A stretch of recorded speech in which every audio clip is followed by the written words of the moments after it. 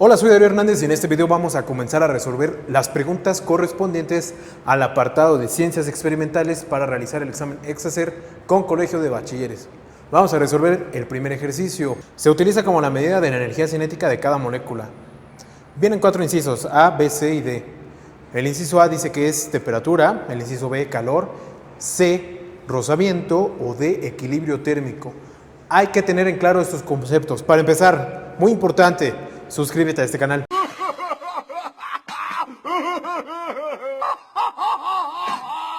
Luego, hay que tener claro lo que dice o lo que significan esos 4 conceptos que encontramos en esos incisos.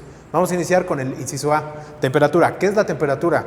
Yo sé que a lo mejor te han dicho o entendemos que la temperatura es una magnitud física que mide la calidez o frialdad de algún cuerpo. Y sí, bueno, a grandes rasgos sí, pero si profundizamos un poco más en lo que es la temperatura, nos damos cuenta que está directamente relacionado con el movimiento molecular de la materia. Por ejemplo, cuando te dan una cachetada, se calienta tu cachete. ¿Por qué sucede eso? Bueno, esta persona al golpear tu cachete con su mano genera un tipo de fricción, lo cual excita a tus moléculas. Y es por eso que estas aumentan su energía cinética y aumentan su temperatura. Está más caliente el cachete en el cual te cachetearon en comparación del otro. Entonces, eso tiene que ver con la temperatura. El movimiento que presentan estas partículas. Si el movimiento es alto, la temperatura también lo será. Si el movimiento es bajo, la temperatura será también baja. Entonces, tiene que ver con la energía cinética promedio de las moléculas. La energía cinética está involucrado, pues la velocidad.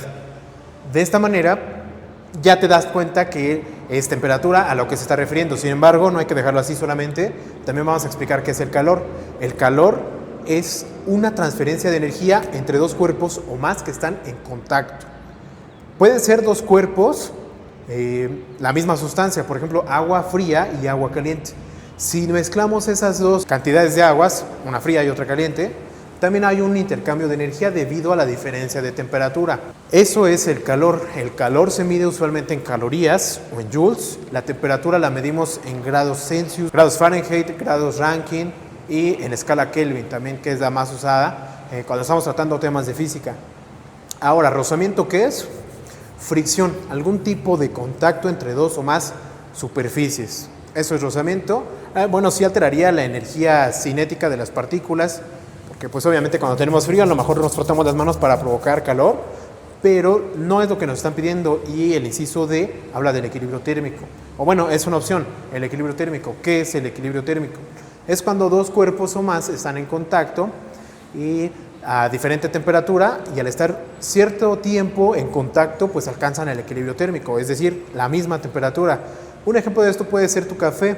¿Por qué se enfría tu café si lo dejas en la mesa? Porque bueno, el café está en contacto con el aire. El aire tiene una temperatura.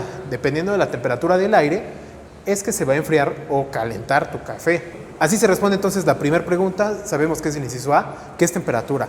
Aunque yo pondría ahí un paréntesis y diría que es la energía cinética promedio de las partículas o de una molécula.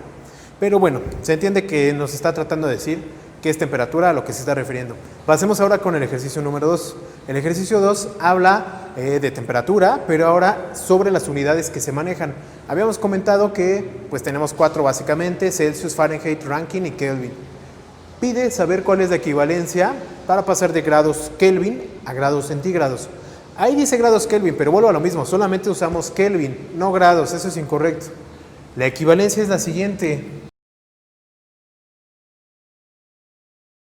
Son los grados Celsius o centígrados, recuerden que es lo mismo, más 273.15, y eso me va a dar mi temperatura medida en Kelvin.